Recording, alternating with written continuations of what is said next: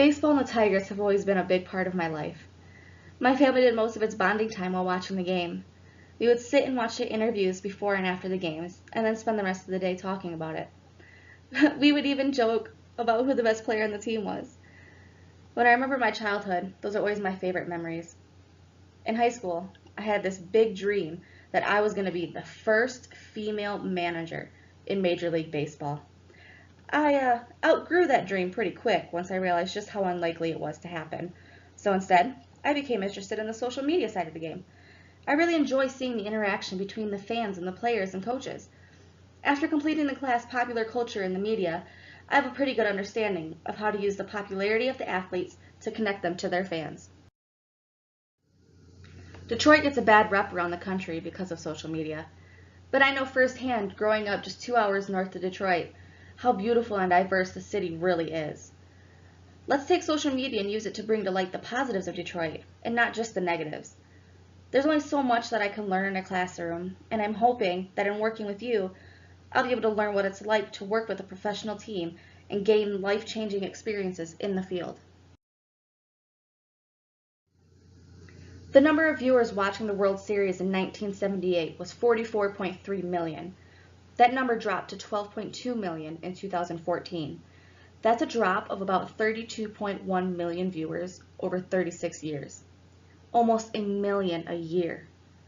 In 2014, the average age of the viewer watching Major League Baseball on ESPN was 53, in comparison to age 46 in 2004. The age of the fans is getting higher and higher each year. Once that generation is gone, who's going to be left to keep the sport alive? What can we do as the Detroit Tigers and a community to regain the interest of our audiences? What can we do to bring interest back to the youth? What connection are we missing?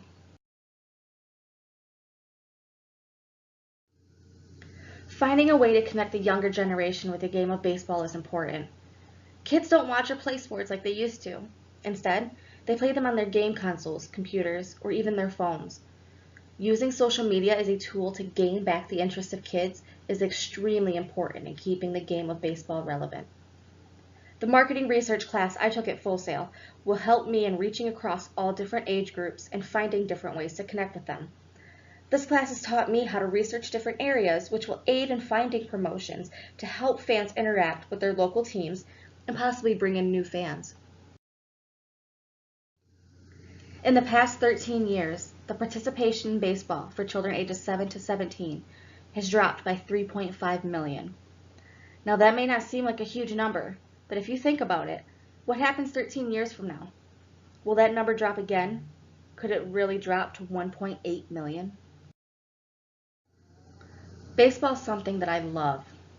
I want not only the Tigers, but the entire baseball community to succeed because it's a great way to bring people together. With all the negative things happening in the world, why not use something as simple as baseball to bring us together?